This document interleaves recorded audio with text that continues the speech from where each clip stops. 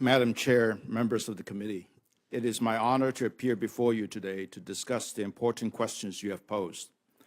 First of all, let me congratulate you, Senator Landrieu, for chairing what I understand to be your first full committee hearing, and also for being on the Kremlin's sanctions list.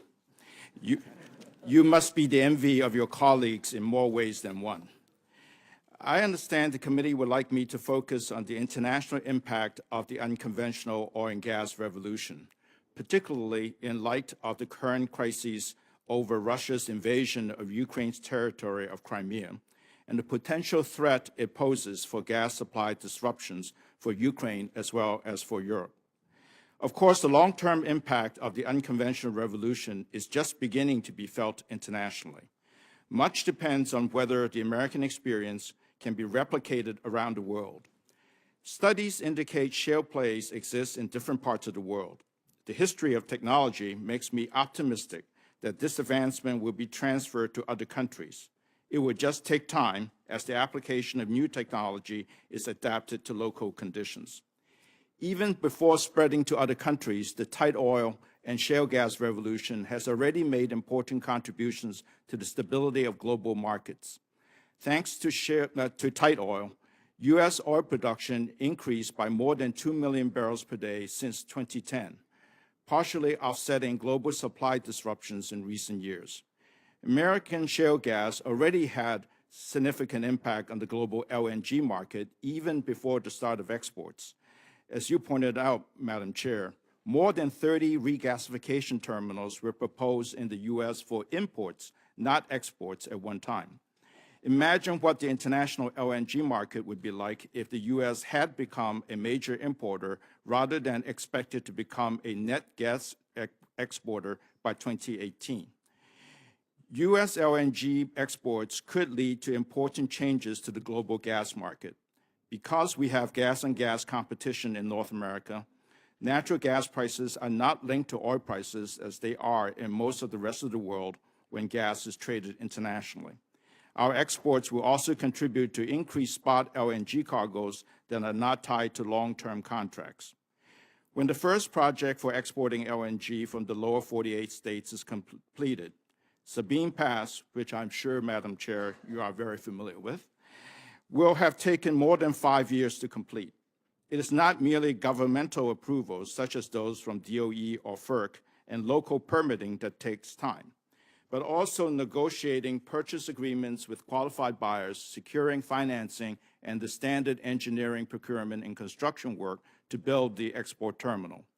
The combined capacity of the projects DOE has already conditionally approved is higher than the total gas consumption of Germany. The U.S. will become a major LNG exporter if all the projects are completed. More export projects are in the queue for DOE approval. There are ample domestic economic reasons why restrictions on oil and gas exports should be relaxed. With oil, the light sweet crude being produced from shale plays like the Bakken cannot be run optimally by our sophisticated refineries, which are designed to process less expensive, heavier sour crudes. We would maximize the economic benefits of tight oil production by exporting some light sweet crudes and condensate while continuing to import heavier and sour crudes. With gas, exports would help to sustain the level of investment in production with price levels that benefit both producers and long-term consumers without depressed prices choking off the expected growth. These are complicated issues that deserve full debate in Congress, as has already begun. Decades of perceived energy scarcity informed our existing oil and gas export policies, and it takes time to re-examine these policies and amend applicable law in a new era of energy abundance. A degree of regulatory certainty is important when billions of dollars are at stake in investments that take years to complete. Russian aggression against Ukraine has added geopolitical and foreign policy dimensions to these issues. Some argue that hastening approvals of crude oil and LNG exports by the United States would have a deterrent effect on hostile actions by Russia. Unfortunately, this is unlikely to have much immediate effect. Russia produces more than 10 million barrels per day of oil and exports about 7 million barrels in crude and petroleum products. No amount of increases in U.S. exports can begin to replace such large volumes. Russian exports of natural gas are more than twice the combined capacity of DOE-approved U.S. LNG export projects so far.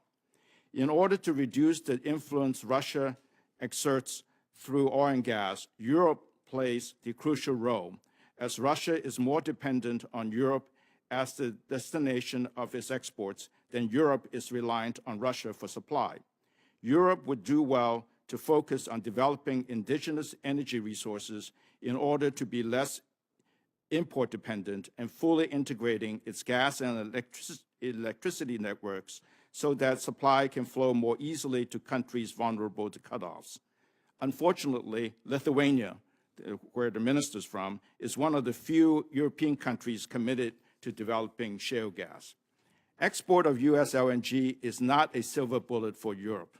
In fact, LNG imports declined significantly in Europe last year as a result of more favorable pricing terms offered by traditional pipeline suppliers such as Norway and Russia. Unlike countries such as Russia, the United States does not direct commerce and leave it to private companies to operate freely in the market, except in times of war and other national emergency. Indeed, we have historically taken a stance against the use of energy as a geopolitical weapon, especially after the Arab oil embargo of 1973. Inflating the rhetoric on exports could actually embolden Russia, since it recognizes this is irrelevant in the short run. More importantly, it can distract us from the critical task of shoring Ukraine economically. I know the committee may have more questions on Ukraine, and it is a country I've spent some time working in. I will wait until the question and answer period to address those. Thank you very much. An interesting perspective.